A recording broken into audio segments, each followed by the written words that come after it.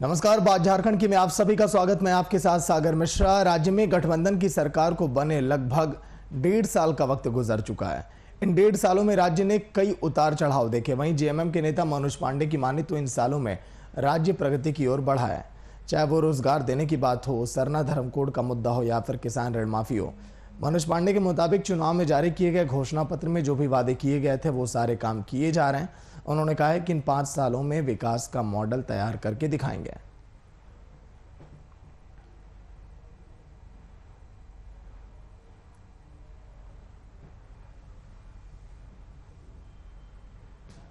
सामान्य परिस्थिति पूरे 1.5 साल सवा साल करीब हो गए।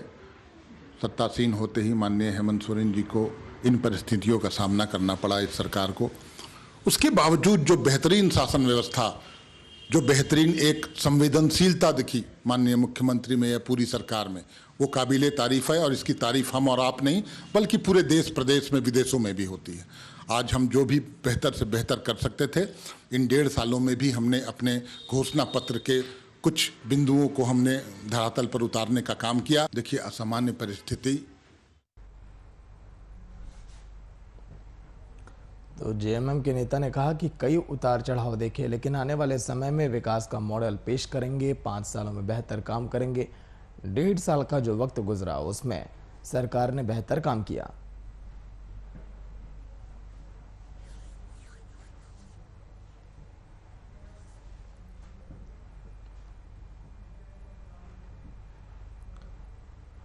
झारखंड की सरकार के द्वारा स्वास्थ्य सुरक्षा सप्ताह को 16 जून तक के लिए बढ़ा दिया गया, लेकिन सरकार के द्वारा कई दुकानें खोलने की रियायत भी दी गई, जिसमें कपड़ा, बर्तन, जूता, चप्पल, सैलून और स्टेशनरी की भी दुकानें शामिल हैं।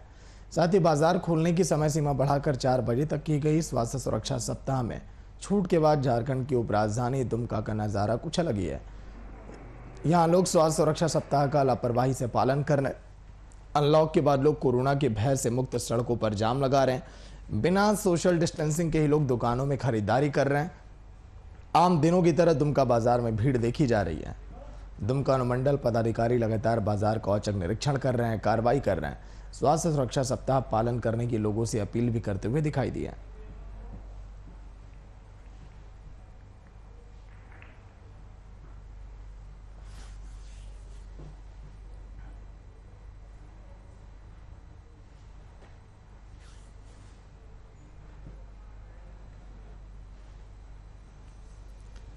दुकानें खोलने की समय सीमा में भी थोड़ी रियायत दी गई, छूट दी गई। दुमका की ये तस्वीरें जहां पर लोग घोर लापरवाही करते हुए भी नजर आ रहे हैं दुकानों में।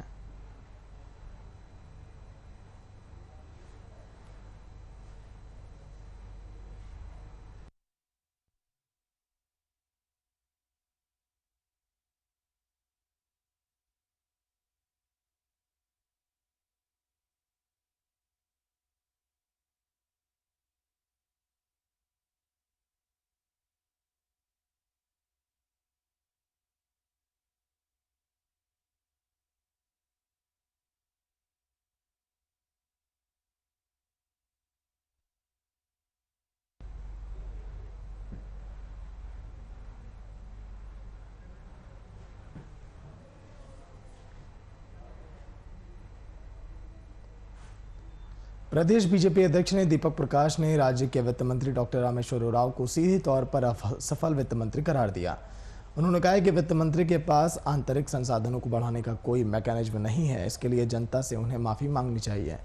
वहीं दीपक प्रकाश के बयान को प्रदेश कांग्रेस ने निराधार और तथ्यहीन भी बताया।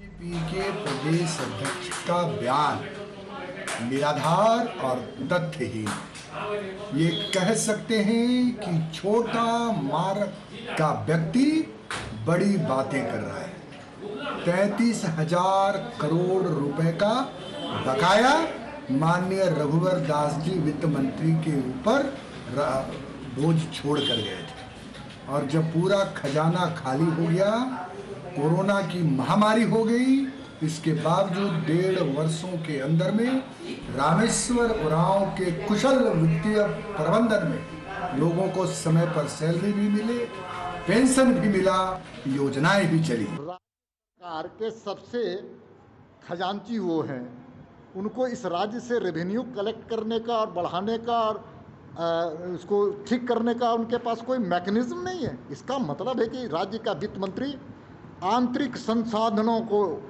बढ़ाने का उनके पास कोई मैकेनिज्म नहीं है। पूरी तरह से राज्य की व्यवस्था, फाइनेंशियल स्थिति एनार्किज्म की ओर जा रही है, अव्यवस्था की ओर जा रही है। और वित्त मंत्री को स्वयं झारखंड की जनता से माफी मांगना चाहिए कि मैं असफल वित्त मंत्री हूं।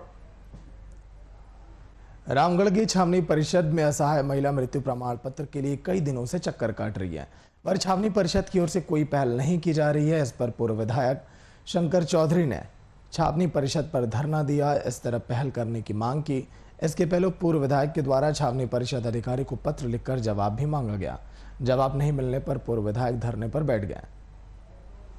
पिंटू करमाली की मौत हो गई थी तो उसकी पत्नी ने मृत्यु प्रमाण पत्र के लिए 31/3/21 को एक आवेदन दिया था कि हमारे पति की मौत हो गई है, हमारा मृत्यु प्रमाण पत्र बना दिया जाए। लेकिन उस गरीब आदिवासी महिला को यहाँ का छावनी परिषद के लोग उसे परेशान कर रहे थे और उसे दौड़ा रहे थे। इस संबंध में मैं 22/5/21 को सीओ से भी मिला और सारी स्थिति से उनको अवगत कराया और मैंने उनसे कहा था कि इसकी आप स्वयं जांच कर लें, मोहल्ले में जाके पता कर लें या किसी दूसरी टीम को भेजकर उसकी जांच करवा लें।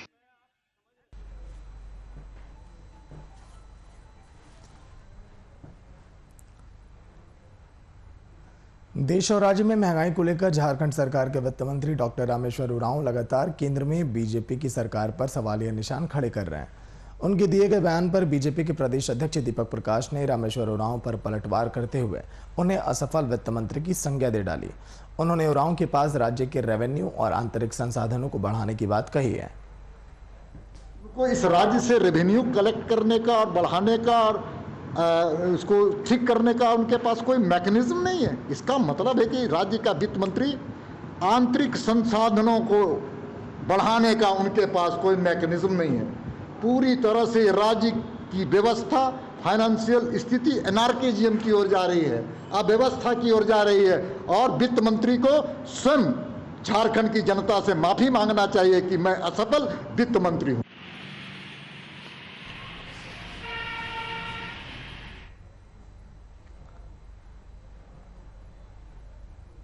हिनू नदी को अतिक्रमण मुक्त कराने के लिए सरकार की तरफ से की जा रही कार्रवाई के विरोध में एयरटेल कार्यालय के द्वारा दायर याचिका पर झारखंड हाई कोर्ट के chief justice doctor Ravi Ranjan और जस्टिस सुजीत नारायण की कोर्ट में सुनवाई हुई। वहीं कोर्ट के समक्ष वीडियो कॉन्फ्रेंसिंग के जरिए सीओ उपस्थित हुए। कोर्ट ने जमीन से जुड़े सभी पक्षों को सुनने के बाद कोर्ट ने जमीन से जुड़े सभी लोगों को पक्षकार बनाने का निर्देश भी दिया है। साथ ही सभी पक्षकारों और सरकार को 24 जून से पहले जवाब दाखिल करने के निर्देश भी दिए गए।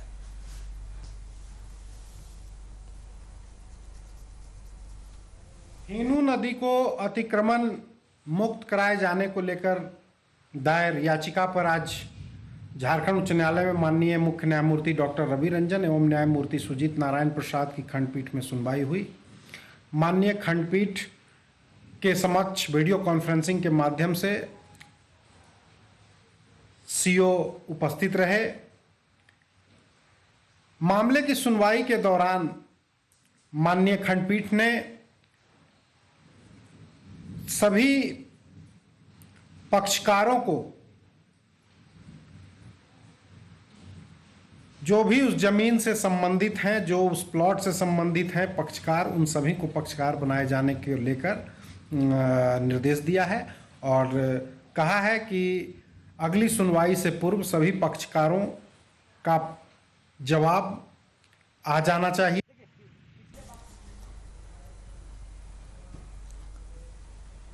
झारखंड में कोरोना संक्रमण की गिरावट झारखंड में दर्ज करने के बाद स्वास्थ्य सुरक्षा सप्ताह की अवधि को 17 जून तक कुछ रियायतों के साथ पाबंदियां बढ़ाई गई थी और दुकानों को खोलने की अनुमति मिल गई। इसी कड़ी में राजधानी रांची उपायुक्त ने राज्य के दुकानदारों से अपील की है कि सभी दुकानदार अपनी दुकानों पर सामाजिक दूरी का पालन करवाएंगे, लेकिन ऐसा नहीं करने पर जिला प्रशासन के द्वारा कार्रवाई करने की बात भी कही गई है।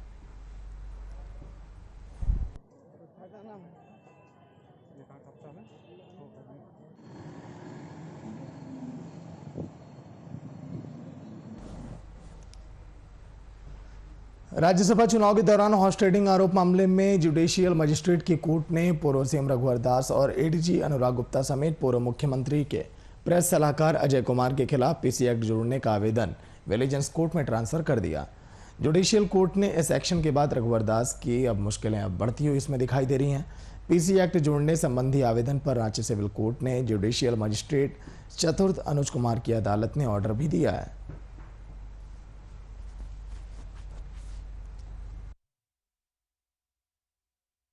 एक आवेदन प्रोसिक्यूशन के द्वारा दिया गया था जिसमें सुनवाई के उपरांत आदेश के लिए रखा गया था। हम लोग उम्मीद कर रहे थे कि कोई आदेश आज आएगा, लेकिन आज जो है अभी निर्णय आया है कि जो आवेदन दिया गया था पीसी एक्ट जोड़ने से संबंधित, वो अब जो है ये न्यायालय उस पर कोई आदेश ना दे के इस आवेदन को इन्होंने विजिलेंस कोर्ट में सुपुर्द कर दिया है कि जो भी है इससे जुड़ने का मामला और जो भी इसमें बात आने का है वो उस कोर्ट से निष्पादित किया जाएगा और वहाँ बतलाया जाएगा कि इसमें पीसी एक्ट जोड़ा जाएगा कि नहीं जोड़ा जाएगा। ये क्योंकि हाई प्रोफाइल मामला है और ये जो है उच्च पदाधिकारी तथा राज्य के मुख्यमंत्री तथा उनके प्रेस सलाहकार से संबंधित मामला है, तो सभी की निगाह इसमें टिकी हुई है। खाली झारखंड की बात मैं नहीं कह सकता हूं।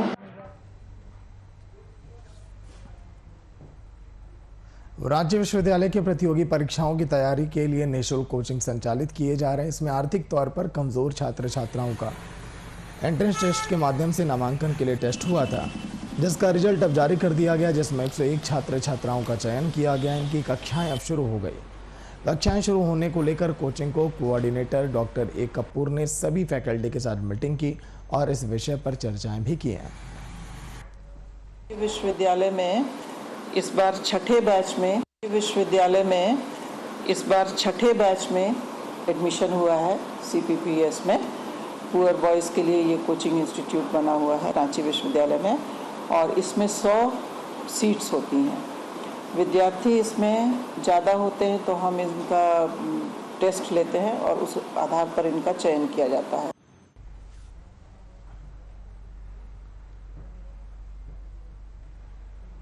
झारखंड में सीएम सोरेन ने स्वास्थ्य सुरक्षा सप्ताह की अवधि बढ़ाकर 17 जून की सुबह 6 बजे तक कर दी। घटते संक्रमण को देखते हुए सुरक्षा सप्ताह के इस चरण के लिए किए गए संशोधन के तहत राज्यवासियों को कई रियायतें भी दी गई। मुख्यमंत्री के निर्णय के बाद क्या कुछ हाल है राजधानी रांची का, इसका जायजा लिया हमारे संवाददाता शुभम कुमार ने। देखिए आप। झारखंड में स्वास्थ्य सुरक्षा सप्ताह की अवधि को बढ़ा करके 17 जून की सुबह 6 बजे तक लागू कर दिया है।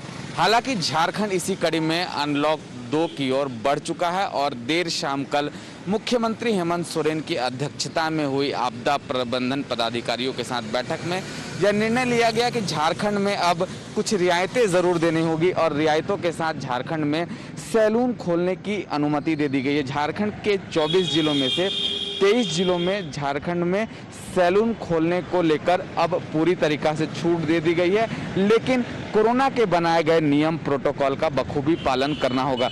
दूसरी बात करें तो जिस तरीक़ा से झारखंड में जो गिरता हुआ कोरोना का ग्राफ है, उसी चलते झारखंड का जो कोरोना का जो पीक आवर था वो बहुत कम देखने को मिला और कोरोना के ग्राफ में लगातार गिरावट आई है और गिरावटों के बाद झारखंड अनलॉक 2 की ओर प्रवेश कर चुका है। हालांकि झारखंड में 17 जून के सुबह 6 बजे तक झारखंड में स्वास्थ्य सुरक्षा सप्ताह लागू और इसी कड़ी में मुख्यमंत्री हेमंत सोरेन की अध्यक्षता में हुई बैठक में यह निर्णय लिया गया कि झारखंड में अब शनिवार शाम 5 बजे से लेकर के सोमवार के सुबह 6 बजे तक झारखंड में कंप्लीट लॉकडाउन रहेगा और तमाम चीज़ों को बंद करने का दिशा निर्देश भी दिया जा चुका है। हालांकि और एक संशोधन किया गया झारखंड के स्वास्थ्य सुरक्षा सप्ताह में।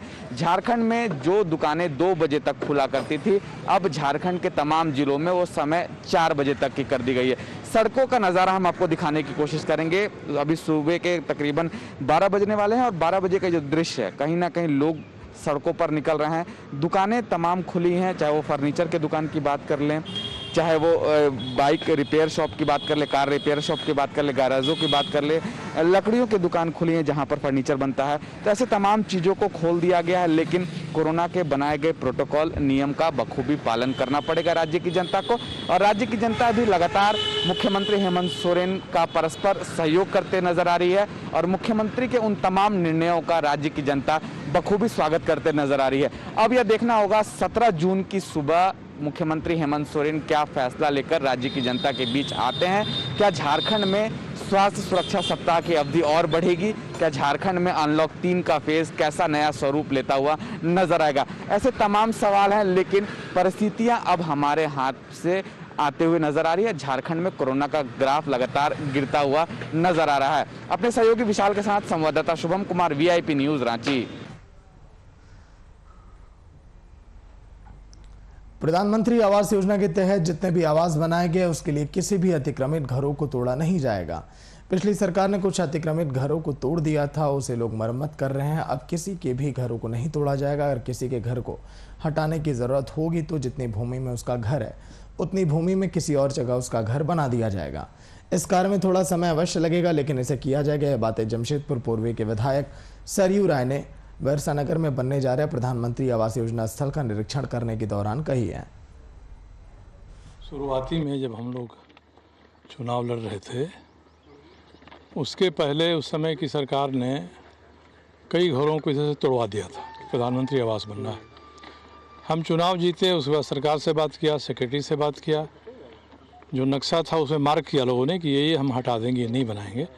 यही हुआ कि जो घर टूटा है, पहले से बना हुआ है, वो वैसे उसको मरम्मत करके रहें लोग। अब कोई नया घर बनाता है उसकी जिम्मेदारी हम लोग की नहीं है। लाभुक का चयन अभी हम लोग 15,000 हम लोग के पास आवेदन आया हुआ है। 15,000 में अभी हम लोग जो है 3,000 लोगों को यहाँ आवंटन कर चुके हैं, प्लस 3,000 लोगों को बागुन हाथों में आवंटन हुआ है। तो ऐसे करके अभी यहाँ के लोग जो 2015 से पहले जमशेदपुर नोटिफाइड एरिया में निवास कर रहे हैं, वैसे लोगों को हम लोग यहाँ आवास आवंटित करेंगे और उनको लॉटरी के माध्यम से फिर उनका तय किया जाएगा कि इसको किस तल्ला में मिलना है, किसको ग्राउंड फ्लोर में मिलना है। ये सारी चीज़ें हैं। झारखंड लोक सेवा आयोग हमेशा से विवादों में रहा। राज्य गठन के बाद अब तक JPSC की महज 6 परीक्षाओं का आयोजन किया गया। उनमें से भी अधिकतर परीक्षाएं विवाद की भीड़ चढ़ गई। इस बार भी हाईकोर्ट के आदेश के बाद राजधानी रांची के बापू वाटिका के समीप अभ्यर्थी JPSC की परीक्षा रद्द करने की मांग कर रहे हैं।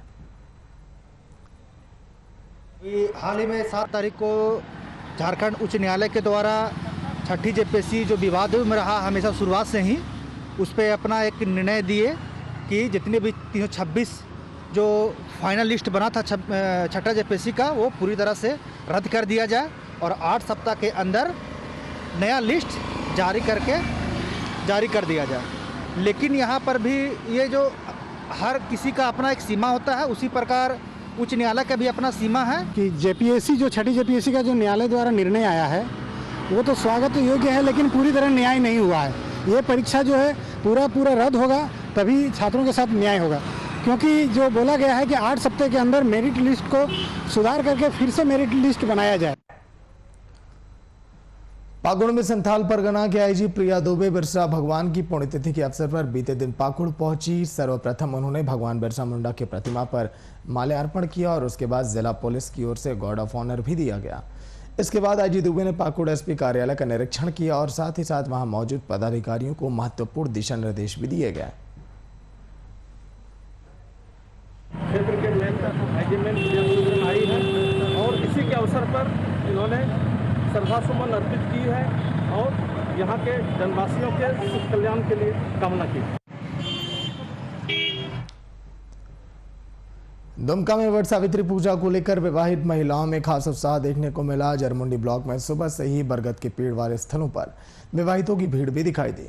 हालांकि इस दौरान कोरोना के नियमों के पालन में लापरवाही साफ तौर पर दिखाई दी।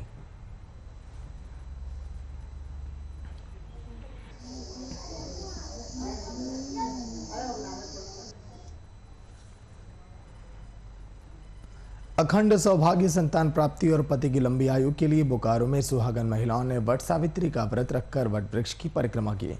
हालांकि इस दौरान महिलाओं के बीच सोशल डिस्टेंसिंग का पालन और मास्क का इस्तेमाल में कमी भी देखी गई। स्त्री का व्रत पतिव्रता व्रत है। जो स्त्री इस व्रत को करता है वह सदा सुहागवती बना रहता है और उसकी वंश की वृद्धि बढ़ती है, धन पुत्र से युक्त होता है। और यह व्रत सुख शांति के लिए ही किया जाता है और यह व्रत आपको अमावस्या का दिन होता है। ये पूजा अपने पति सुहाग लंबा के लिए पूजा किया जाता है और इसमें सुख शांति मांगा जाता है, घर बच्चों के लिए, सब परिवार के लिए हंसते खेलते रहें और अच्छे से पूजा किया जाता है सच्चे मन से। और बस सब परिवार खुश रहें, यही भगवान से मांगते हैं।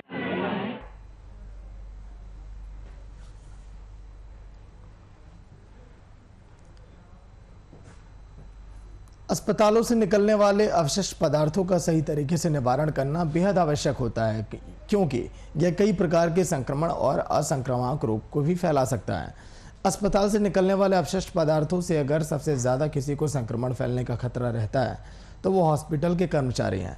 राजधानी रांची के सबसे बड़े अस्पताल रिम्स में मेडिकल वेस्ट को डिस्पोज करने के लिए इंसिनेटर लगा हुआ है, जहां हाई टेम्परेचर पर कोविड-19 के मेडिकल वेस्ट को जलाकर डिस्पोज किया जाता है।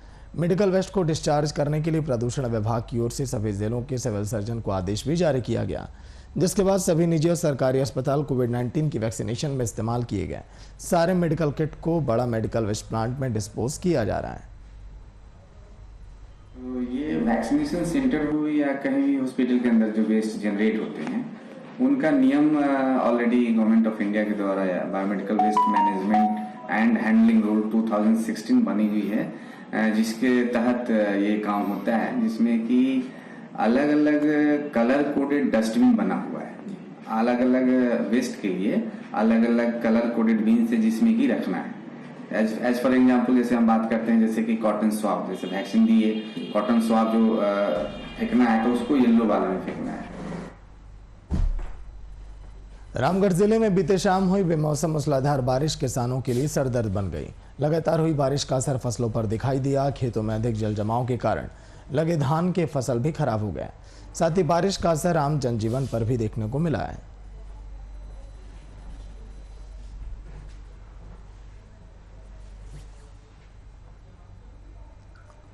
राजधानी रांची में मौसम के बदले हुए तेवर दिखाई दिए। मौसम विभाग के द्वारा लगाए गए पूर्वानुमान के मुताबिक जिले में बीते शाम तेज बारिश हुई, साथ ही तापमान में भी गिरावट देखी गई। वहीं अगर बात करें मौसम विभाग के पूर्वानुमान की, तो अगले 5 दिनों तक राज्य के विभिन्न हिस्सों में थंडर स्टॉर्म और लाइटनिंग देखने को मिलेगी। साथ ही 10 और 11 जून को बारिश की चेतावनी भी दी गई। झारखंड में कुछ जगहों पे हल्के से मध्यम दर्जे की बारिश रिकॉर्ड की गई है और जो सबसे अधिक बारिश रिकॉर्ड की गई है वो बोकारो में 38.2 मिलीमीटर बारिश रिकॉर्ड की गई है। और तापमान की बात करें तो सबसे अधिक अधिकतम तापमान दुमका में रिकॉर्ड किया गया है, 39.3 डिग्री सेल्सियस तापमान दुमका में रिकॉर्ड किया गया है। अब बात करते हैं कि अगले 5 दिनों के मौसम पूर्वानुमान की, तो अगला आने वाला जो 2 दिन है 9 और 10, झारखंड में कुछ इलाकों में आपको हल्के से मध्यम दर्जे की बारिश देखने को मिलेगी, खासकर मध्य और दक्षिणी झारखंड के इलाकों में। और जो 11 तारीख है उसमें आपको मध्य और जो दक्षिणी भाग है वहाँ पे एक आध जगह पे आपको भारी बारिश भी देखने को मिल सकती है और बाकी झारखंड के इलाकों में हल्के से मध्यम दर्जे की बारिश देखने को मिलेगी। तो चलिए फिलहाल बात झारखंड की में इतना ही। देखते रहिए VIP न्यूज़। नमस्कार।